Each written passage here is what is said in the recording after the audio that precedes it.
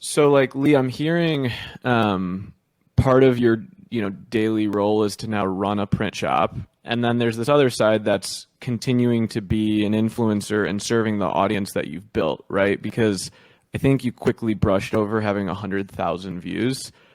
It's hard to find anyone else in our industry that can capture the same audience. Yeah, and I mean, I don't know, Bruce, if you know any or No, and I think what's undervalued in the whole influencer, but also just video in general, video and audio more so now, but more focus on video, is just the reach that it gets.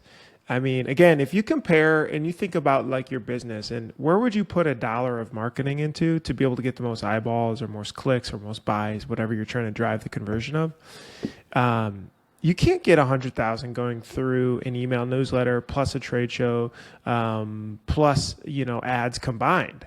Like, there's just not that, everybody's too sparse. There's not like some shops are on Instagram, some shops are on Facebook, some shops aren't on the internet really at all.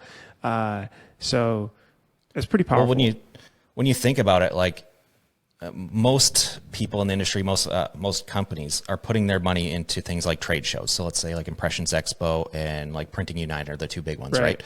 And they do, between the two of them, what is it, like 4 or 5 shows a year, something like that.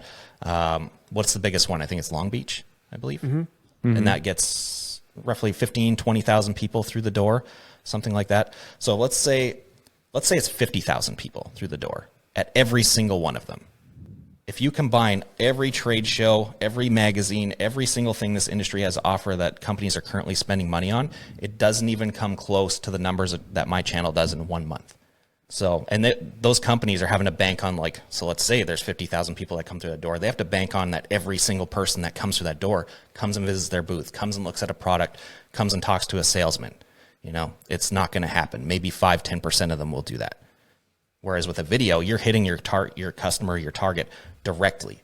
Okay, I think there's something to be said there, because if you look at these big equipment manufacturers, and there's only a couple of them, they probably have huge marketing budgets. I know what some of them have spent on Impressions Expo, and it's nuts. Absolutely nuts. It's disgusting. They're $1 million shows, absolutely. right? Like they're $1 million shows.